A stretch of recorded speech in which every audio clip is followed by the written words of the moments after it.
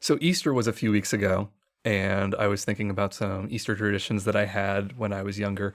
And like most kids, I would color eggs. And one of the problems for me with coloring eggs is that it involves vinegar. Mm-hmm. As I Sure. was telling you a little bit earlier tonight, I cannot stand vinegar if it's in food, if I'm smelling it. I just don't want anything to do with it. Okay. So I would sometimes just suck it up and dye the eggs like a normal person. But eventually I got into painting the eggs with some sort of paint. And honestly, you get a lot more control that way. You're able to actually like do an intricate design or a dotted pattern or something that's not just color block, stripe in the middle that bleeds all over. And I had some friends over recently, and we were just in the backyard eating dinner and whatever. And we were talking about some of our bigger fears in life. And one of the people was talking about their colorophobia. Do you know what colorophobia is? Uh, no, I don't think so. It's the fear of clowns. Clowns. Okay. Yes. And we were talking about this, and my friend Rachel was talking to me about a group of people, clowns, who actually have a very distinct use for coloring eggs, and they use it as a form of copyright protection. Coloring eggs.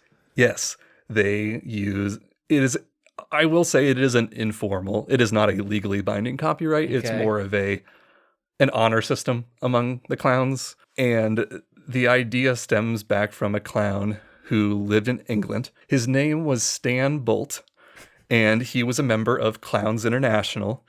And he had a hobby of painting chicken eggs, and he would paint them to look like clowns, not Okay. just random clowns, but here's a clown that I'm friends with. Here's a clown I don't know, clown around with. And he would amass this large library, well, a register, I think is the technical term. And he had this large register of intricately detailed painted clowns, and the head would be painted like would be painted on the top of the egg. And sometimes he might include some garments or articles of clothing or whatever on the eggs. At first, I thought this is a ridiculous hobby to have. Like, who would just do this and make 200 eggs? But then again, I thought, if you're a clown and you have a normal hobby, it's probably scarier than if you're a clown that has a weird hobby. So he just does this for fun until he dies. And a lot of other members of Clowns International notice this, and they decide, while Stan was just doing this for fun, this is actually a great way for all of the clowns to know how to not copy each other, and to know if a fellow clown, if there's some foul play involved and they're trying to steal the makeup style or the hair, or I don't know, the red nose. I'm sure there's a little overlap between different clowns, but I found it just so fascinating that there is a museum in England that has hundreds of eggs that are all painted like clowns. And you can't just pretend to be a clown and get one painted of yourself. Like, they need to see documentation, or you don't get a clown egg after you. That's incredible. Yeah. So if any of our listeners suffer from colorophobia, I would not recommend you check the show notes and look at these pictures. But hey, if you don't, it's a real fun time.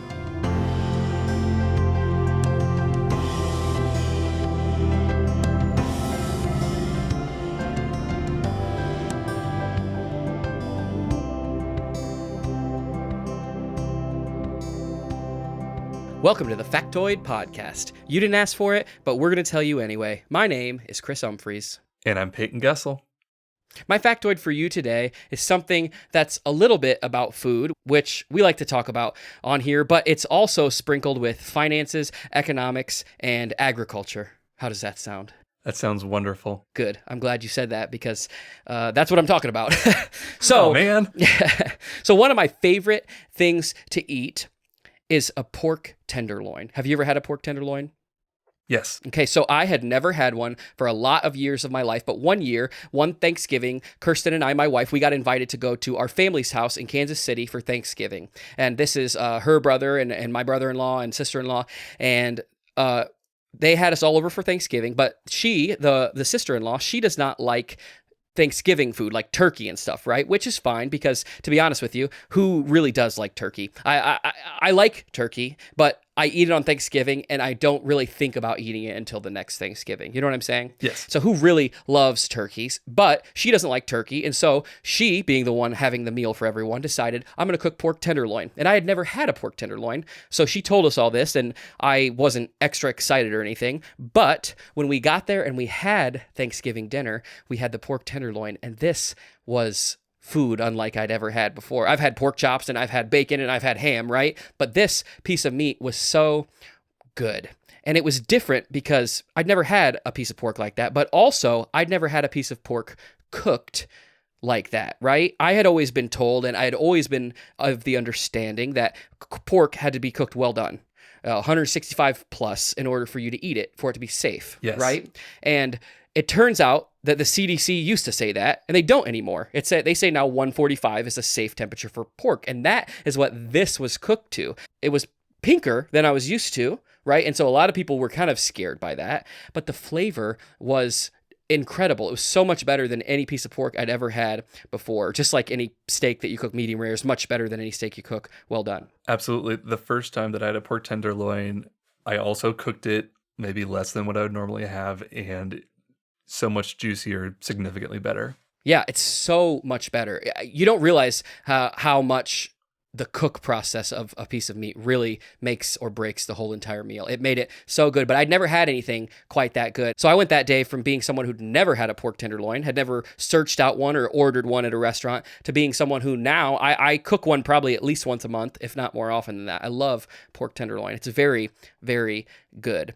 And so being an American, growing up in America, and I'm going to show my American ignorance here, I assumed, just like most food-related things, that America is the biggest producer, the most consumer of pork, right? We're number one. Yeah, because that's how it works, right? With food, especially, like we like our portions big, and we get made fun of by people who aren't from America for how big our portion sizes are and how much we eat, right? And how big and important food is. Right. And in America, if there's a number one in America, it has to be Texas, right? That's right. That's right. But it turns out America is not the number one producer or consumer of pork. Not even close, in fact. So my American ignorance showed here, it's China. It turns out China is far and above a larger producer and consumer of pork, which kind of makes sense. There's a lot more people in China, Yeah. but it's also just a cultural thing. They eat a ton of pork.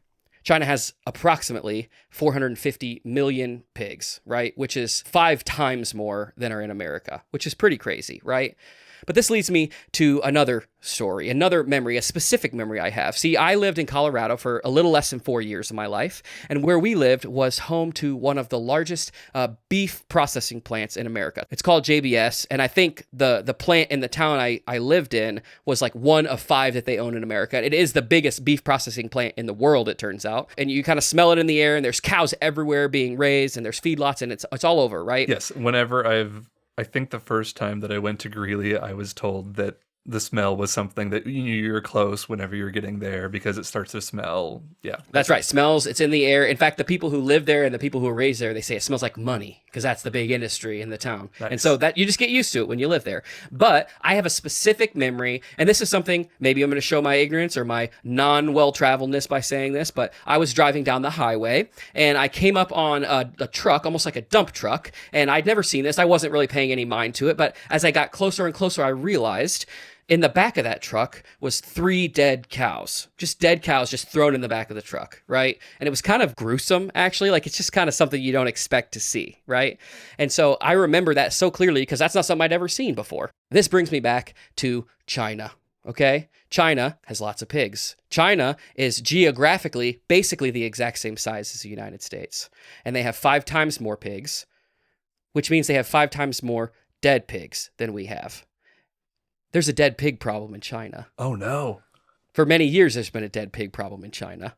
And I found out about this by reading a short story. And I'm not really going to get into that. Maybe I'll link it in the show notes because it's not actually about dead pigs in China, but it was called The Dead Pig Collector.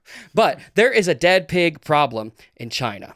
So in China, there are 450 million plus pigs that are raised every single year. That's how many there are there. And pigs, in China at least, have a mortality rate. Is that what you call it? Yeah. They have a mortality rate of roughly 10%. Okay, so that means that if you figure out what 10% of 450 million is, 4.5 million pigs die every year in China. That's a lot of pigs. Something else that's interesting about Chinese pig production currently is like over 90% of pig farms in China have less than 500 head of pig, right? So that means they have less than 500 pigs, which means that almost all of the pig farming is from small, like very local, very like rural, small family operations, Sure. which is very different than like America, because we have tons of factory farms with like thousands and tens of thousands of animals. Sure. And so there was a problem because these people would raise pigs would die, and there are stipulations on what you're allowed to do when a pig dies or when any animal dies. It's in the same as in America, it's in China. There's 4 things that you're supposed to do, right? You can incinerate it, and that has rules about how you're allowed to do it. It has to be hot enough and clean enough and be burnt the right way. How do you think that smells? Good I don't or think bad? good. Well, living by JBS, I can tell you that whatever they were burning didn't smell very good. Okay.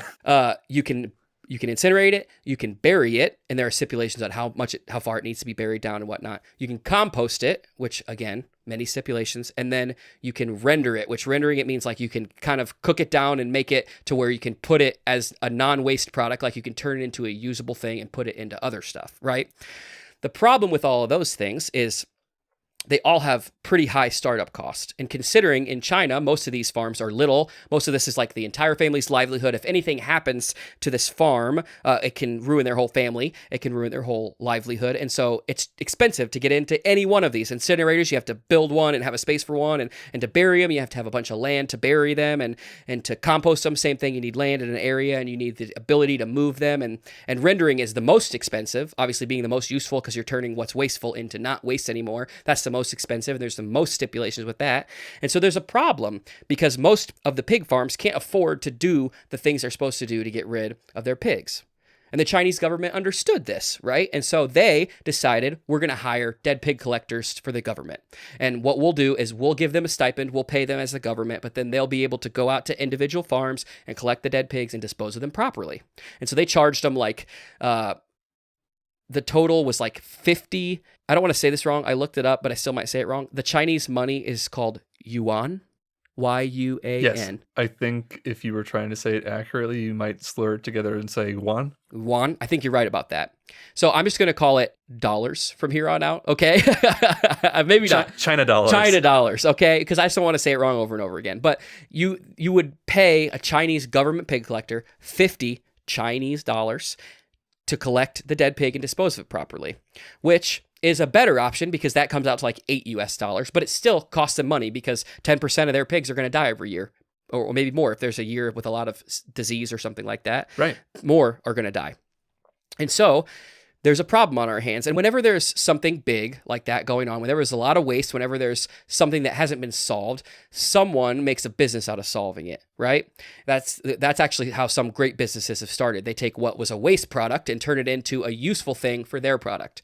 And so the same happened here, and an underground dead pig collection ring was born. See, when a pig died, instead of having to pay the government to come out and take it away, there were some people who decided, we can just collect the dead pigs, process them and butcher them and sell them to markets and not tell them they were dead when we got them. And we can make money off of them. And so they were willing to go to farms that had dead pigs, pay for their dead pigs, not make them pay, but pay for them. So instead of paying 50 Chinese dollars, they would pay usually an average of like 300, right? So It's more like 50 US dollars they're getting, or something like that, for their dead pig, and they would take it. It's an obvious financial choice for these farms to, instead of paying to get rid of something, making money off of something they would have otherwise lost money on. So this is how this was born. This was a huge business, and for many years, and probably still to this day, this happened, where pigs would die, the illegal pig collectors would come in, take them, they'd pay for them, and just butcher them, and they would sell them. The problem with that is pigs get diseases. Some diseases are communicable from pig to people, and so people could get sick. It's not good, right? That's the reason they make you dispose of them properly in the first place. But people want to make money, and they do what they can to make money, and they were making a lot of money doing this. But that all changed. Then came the inevitable bust. 5 people were put into prison, one of which was for life for being involved in this dead pig collecting ring, right, where they butchered and sold dead pigs. Not too long after this, people got scared, right? They decided, well, we don't want to pay, but we don't really want to participate in this because now they're obviously willing to prosecute people for this, and I don't want to get in trouble. Again, this is my livelihood. Sure, you don't want to be incinerated. You don't want to be buried. That's right. Yeah. That's right. So these farmers decided to throw their dead pig carcasses in the river. And so, not long after this happened in 2013, all of a sudden, they started finding a lot of dead pigs in the river. And when I say a lot, I'm talking, they found like 10,000 plus dead pigs in one river. Yeah, because I would imagine at a certain point they're going to go downstream and they might get stuck, and then the next one comes and gets stuck. That's and right. Then you have a mountain of pigs. Instead of a blocking log the jam, river. it's a pig jam. Yeah. You know what I'm saying? Yeah. And they actually were able to confirm, not officially, but there was this town that all this took place in that the people got arrested from, and it was upriver, and they found all these many miles downriver, and it was pretty much confirmed that a lot of these, through like tags on their ears and stuff like that, that these pigs had come from that area where these people had been scared. So they found like 10,000 pigs in the river. More than 10,000, but 10,000 at least. I think you might call that a bay of pigs. Yeah. Sorry, I had to. No, that's good. That's so true. But the dead pigs were a huge business. And I can only imagine they're still a huge business. But if you look up information about this, it's basically been silent on the internet since 2013. And so I don't know the current stance of dead pigs in China right now. I don't know the current situation there. But what I do know is China is doing all it can to promote commercial farming of pigs, because within the past few years, there was like an outbreak of a pig disease. It killed a lot of pigs, like 30 or 40% of the pig population in China was killed, which meant a lot of these farms couldn't function anymore because they just didn't have any more of the pigs that they had to start with. Right. And so they're trying to promote commercial farming, partially because when that happened, when all those pigs died, the demand for like pork in China, it wasn't possible to be met because there's nowhere in America, here I am again, being an American, there's nowhere in the entire world that can even meet the demand for Chinese pork. It's impossible because all the pigs put together everywhere else doesn't equal what they were doing in China. Yeah, right? I've recently been cooking some more Chinese food recently. I've been getting into dim sum. I've been making some homemade spring rolls, and those all have minced pork. Yes. And a lot of different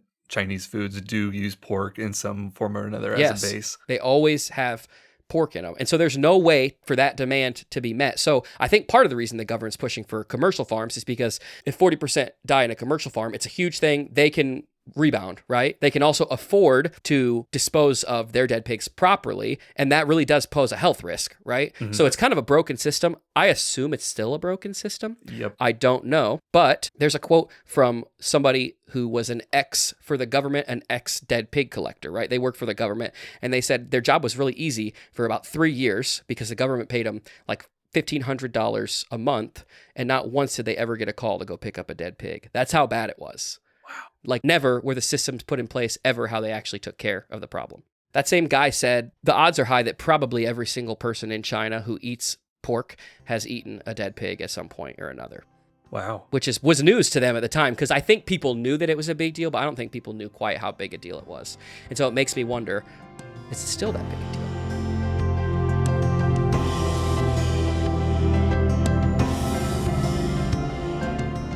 So, Chris, as we've talked about in the past, I am a fan of Cleveland sports. I don't Sure. follow all of them as close as I did when I was younger, but overall, I grew up in that TV market, and I was a big fan of the Indians and the Browns and the Cavs. And I would say that the Cleveland sports franchises are known across the country as some of the more unfortunate of the different sports franchises out there. They are typically bad, or they're just good enough that you might care, and then they disappoint you. Sure. But I wanted to talk about a different sports market that's had a little bit more luck recently, but some unique things that their fan base has been doing over the last few decades. Do you know much about Philadelphia sports? No, other than what I learned in Boy Meets World, but I don't know how real that is. Sure. Yeah. So in the past year, they've had a lot of close calls. I don't want to feel too bad for them because their pro soccer team, the Philadelphia Union, they lost the MLS Cup in the past year, and the Philadelphia Phillies lost the World Series. And then a couple of months ago, the Eagles lost the Super Bowl. Sure. But at least they still got teams into their championships. Yeah, they made it a long way. Sure, exactly. So while I wouldn't say they had a lot of bad luck, it's still unfortunate for their fan base. And sometimes when their teams are doing well and then they suddenly lose, you have an angry fan base. And sometimes when your team is doing pretty well and eventually loses some important games or maybe wins them, you have some pretty extreme reactions from the crowd. Chris, do you know about the Philadelphia sports fans that throw batteries? No. So this all started in the late 90s. As we established when we were talking about The Sandlot a few episodes earlier, you don't know a ton about baseball and you only know it through the lens of The Sandlot. So I want to teach you a little bit about some things you might not know about baseball and what might enable fans to throw batteries at players. So baseball drafts are different than a lot of other sports drafts, where when you think of a pro team that's drafting players, you say, with this pick, I select so-and-so for our team, and everyone in the crowd cheers or whatever. So the interesting thing about baseball is that they're not necessarily guaranteed to play for you. Because in all sports, you draft a player and then you have to agree on a contract, and both parties have to agree, and you sign the contract, and then now you're officially playing.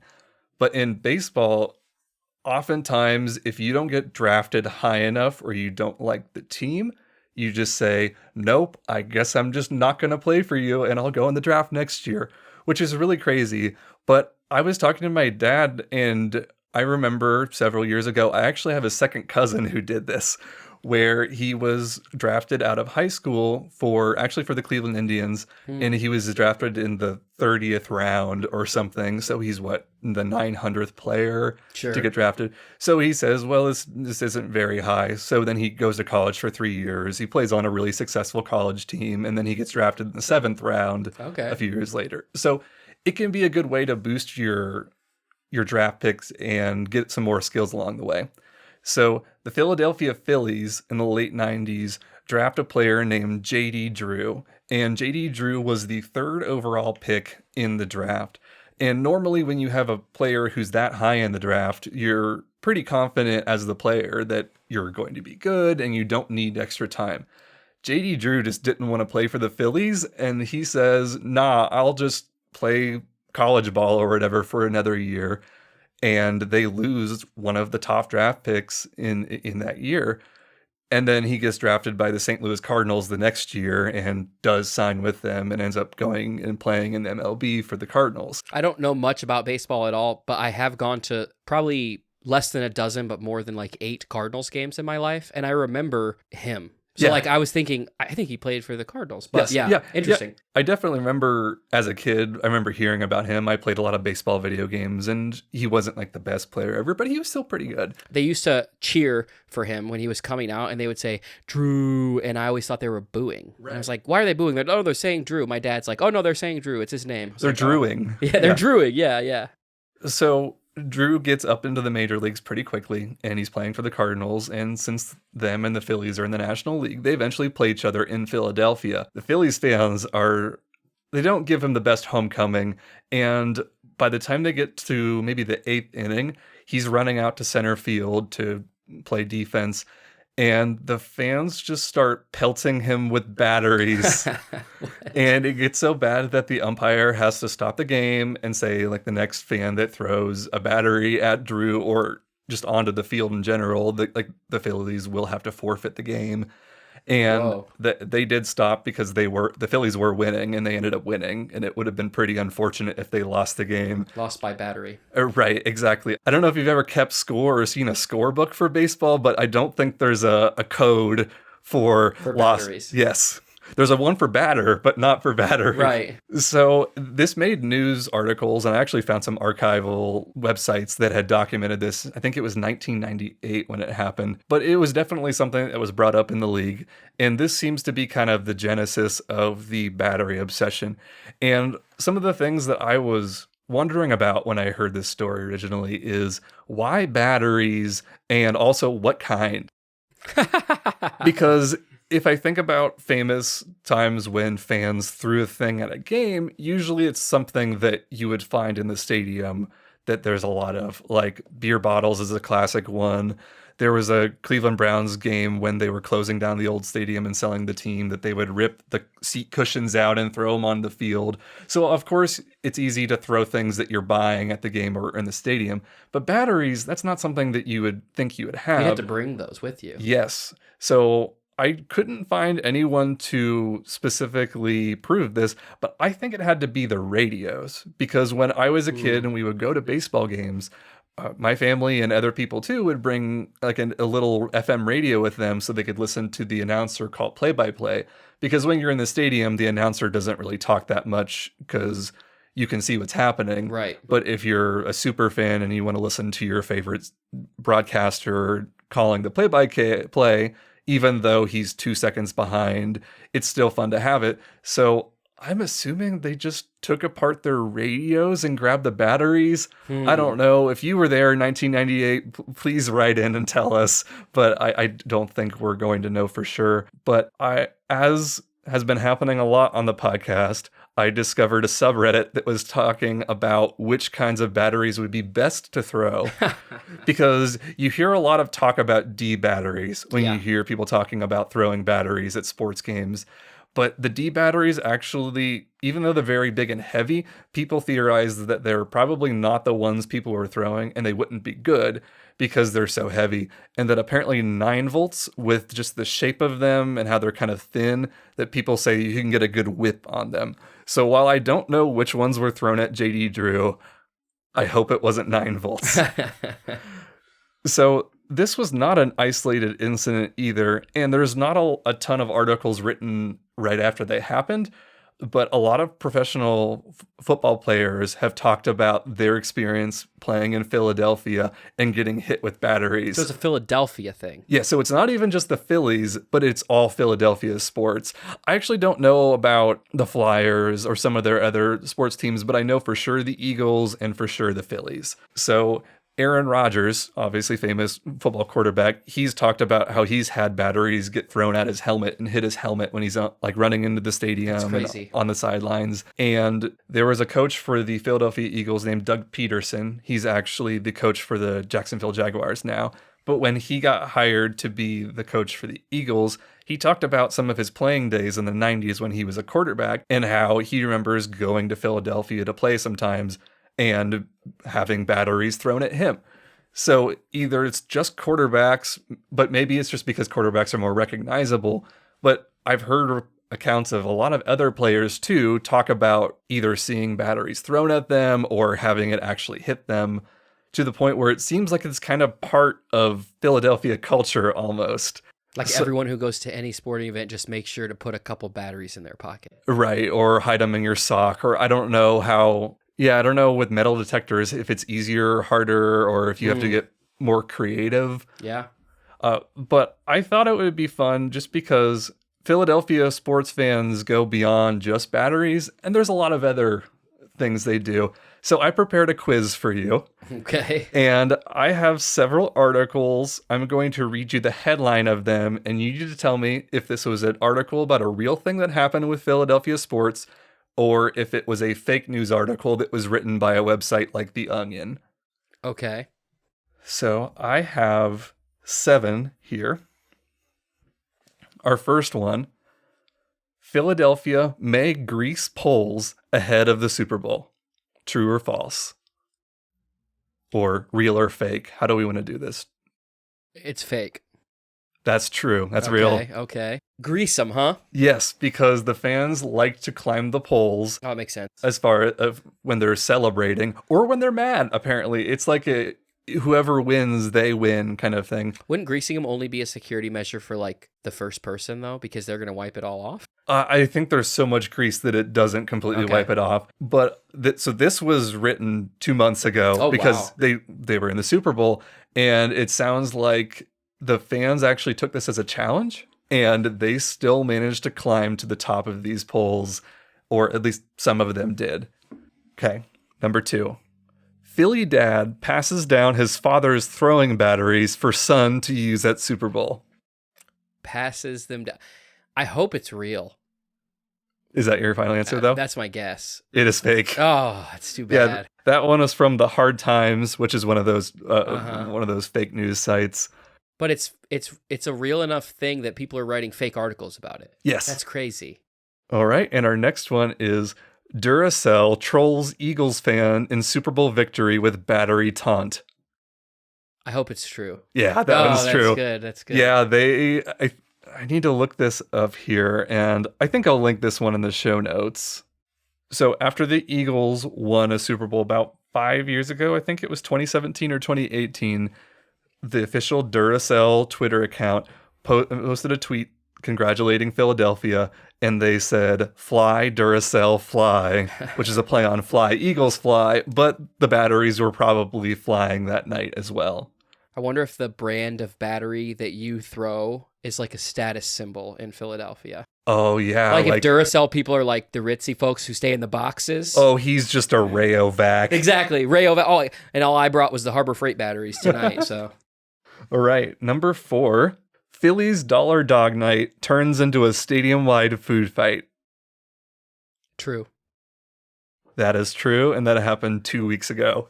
Wow. They sound like they got some, like maybe anger management issues in Philadelphia.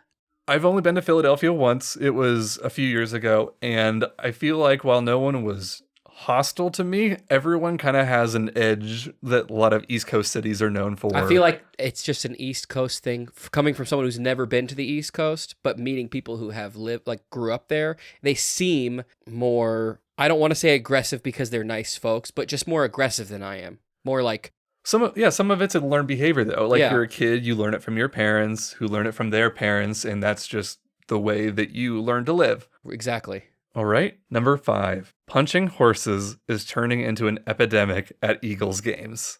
True or false? Punching horses. Punching horses. False. True. Oh my gosh. Yeah, they're police horses because they're in areas where it's hard to get vehicles. Okay. And the fans, I guess, have just been really getting into punching horses, which then the horses just like kick them. They don't even win the fight. I understand it being hard to get vehicles or whatever, but still riding a horse in a place like that seems like something from a book from hundreds of years ago. Oh, absolutely. But then again, Philadelphia has that old history, so They maybe do. it's just the way they've always done That's just things. culture over there. Right. All right. Number 6, D Battery elected to Philadelphia Sports Hall of Fame. Again, I hope it's true, but I'm going to go with false. Yes, that one is false. That is an Onion article. All right. And the last one, Eagles fans pelt Santa with snowballs. True. True. Good. That happened in the 60s. Wow. You guys should look into it. It was I think it's the first documented case of the Eagles fans or just Philly fans being aggressive, but they were pelting this Santa who was apparently not a very convincing Santa. It was like a skinny young guy and his beard was falling off, and it was a snowy game, and they just started throwing snowballs at this guy and hitting him, and it was Wow. a big debacle.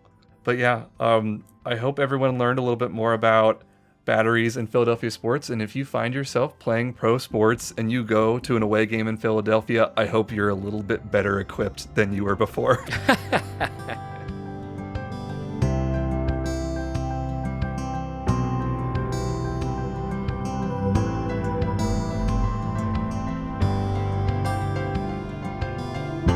Thank you for listening to the Factoid Podcast. If you have a factoid and want to share it with us, email us at whatsyours@factoidpodcast.com. You can find us on all the major podcast platforms or on our website, factoidpodcast.com. We'll see you in 2 weeks.